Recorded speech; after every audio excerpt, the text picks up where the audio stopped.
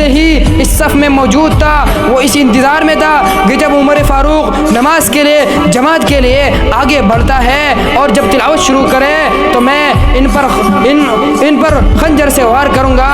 اور آج ہم اس عظیم شخصیت کا ذکر کر رہے ہیں جن کا نام سن کر کفار کے محل کانپ اٹھتے تھے۔ عمر صرف عمر نہیں، عمر بن خطاب رضی اللہ تعالیٰ عنہ، وہ عمر جن کے بارے میں میرے اور آپ کے آقا نے جناب محمد الرسول اللہ صلی اللہ علیہ وسلم نے فرمایا تھا، لو کان بعدی نبی لکان عمر بن خطاب، اگر میرے بعد کوئی نبی ہوتا تو وہ عمر بن خطاب ہوتے۔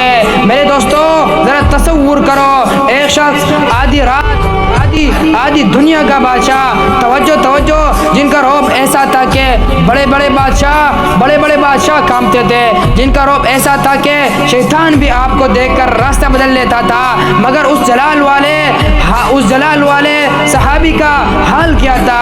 لباس دیکھا تو پیون لگے تھے، کبھی 13 تو کبھی 14 پیون تھے، کھانا دیکھا تو سوکھی روٹی ہے، بستر دیکھا تو زمین پر سونے کی وجہ سے جسم پر نشان پڑ گئے ہیں۔ ہائے ہائے، راتوں کو جب دنیا سوتی تھی تو یہ خلیفہ مدینہ کی گلیوں میں گھومتا تھا، لوگوں کے حالات پوچھتا تھا، کیوں دل میں اللہ کا خوف تھا۔ مسجد نبوی میں فجر کی نماز جاری تھی، ان کی شہادت کا واقعہ بڑی دردناک ہے، اور اسی دوران ایک ظالم دشمن ابو لؤلؤ فیروز مجوسی ایک زہریلا خنجر چھپائے صفوں کو چیرتا ہوا آگے بڑھتا ہے، اور کچھ روایت میں آتا ہے کہ وہ خبیث ملعون پہلے سے ہی اس صف میں موجود تھا، وہ اس انتظار میں تھا کہ جب عمر فاروق نماز کے لیے جماعت کے لیے آگے بڑھتا ہے اور جب تلاوت شروع کرے تو میں ان پر خنجر سے وار کروں گا۔ اور وہ تلاوت میں مصروف حضرت عمر فاروق رضی اللہ عنہ پر ٹوٹ پڑتا ہے، اور اس کا ظلم تو دیکھے، وہ ظالم اللہ کے اتنے عادل خلیفہ پر لگاتار 7 بار خنجر چلاتا ہے۔ اللہ اکبر، اللہ اکبر۔ مسجد نبوی کی زمین رسول اللہ کے سچے یاروں کے خون سے لال ہو جاتی ہے، ادھر مسجد میں شدید افراتفری مچ جاتی ہے، وہ قاتل بھاگنے کی کوشش کرتا ہے، لیکن وہ اتنا درندہ بن چکا تھا کہ جو بھی صحابی راستے میں آتا وہ اس پر خنجر چلا دیتا۔ حضرت عمر فاروق رضی اللہ تعالیٰ عنہ شدید زخمی کی حالت میں گھر لائے گئے، موت سامنے کھڑی ہے۔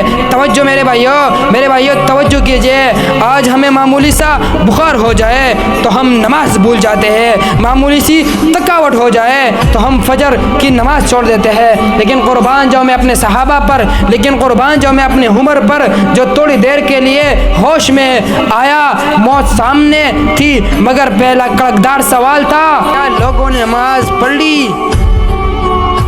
کیا لوگوں نے نماز پڑھ لی؟ توجہ، سبحان اللہ، سبحان اللہ۔ اپنی جان کی فکر نہیں، زخم کی فکر نہیں، یہ فکر نہیں کہ میرے اوپر کس خبیث نے حملہ کیا، کس درندے نے حملہ کیا۔ فکر ہے تو کس کی فکر ہے؟ جواب دو۔ فکر ہے تو کس چیز کی فکر ہے؟ نماز کی فکر ہے۔ غور کریں میرے بھائیو، ہم تندرست ہو کر بھی نمازیں برباد کر رہے ہیں، اور وہاں موت کے بستر پر زخموں کے ساتھ بھی سب سے بڑی فکر نماز کی تھی۔ طبیب نے جب دیکھا کہ آپ کو پلایا ہوا شربت اور دودھ زخم سے باہر آ رہا ہے تو اس نے روتے ہوئے کہا، اے امیر المؤمنین، زہر جسم میں پھیل چکا ہے، آپ اپنے آخری وصیت کر دیجئے۔ جب عمر فاروق رضی اللہ تعالیٰ عنہ کو یقین ہو گیا کہ اب وہ دنیا سے جا رہے ہیں تو انہوں نے اپنے بیٹے عبداللہ بن عمر کو بلایا اور فرمایا، بیٹا ام المؤمنین حضرت عائشہ رضی اللہ تعالیٰ عنہ کے پاس جاؤ، لیکن دیکھنا وہاں جا کر یہ مت کہنا کہ امیر المؤمنین نے بھیجا ہے، عمر بن خطاب نے بھیجا ہے، بس عاجزی سے کہنا مجھے عمر خطاب نے بھیجا ہے، میرے والد محترم نے بھیجا ہے۔ اور عمر بن خطاب نے اجازت مانگی ہے کہ کیا مجھے میرے دوست ساتھیوں یعنی رسول اللہ صلی اللہ علیہ وسلم اور حضرت ابوبکر صدیق کے پہلو میں دفن ہونے کی جگہ مل سکتی ہے؟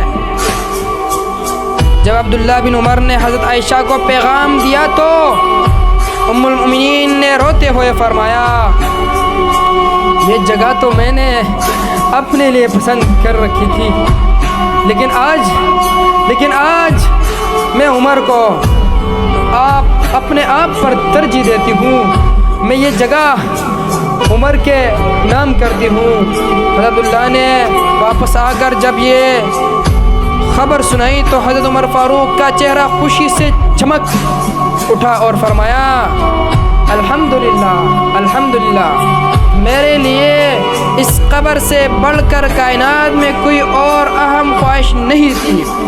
اور پھر آخر وقت آیا، حضرت عمر کا سر ان کے بیٹے کی گود میں تھا، عبداللہ بن عمر کے گود میں تھا۔ آپ نے فرمایا او میرے بیٹے، میرا سر مٹی پر رکھ دو، میرا سر مٹی پر رکھ دو۔ جس عمر سے شیطان ڈرتا تھا وہ اللہ کے خوف سے کانپ رہا تھا۔ وہ پھر عمر اپنے رب کی طرف لوٹ گئے۔ توجہ میرے عزیزو، صرف زبان سے نہیں عمل سے بھی عمر فاروق بننے کی کوشش کرے۔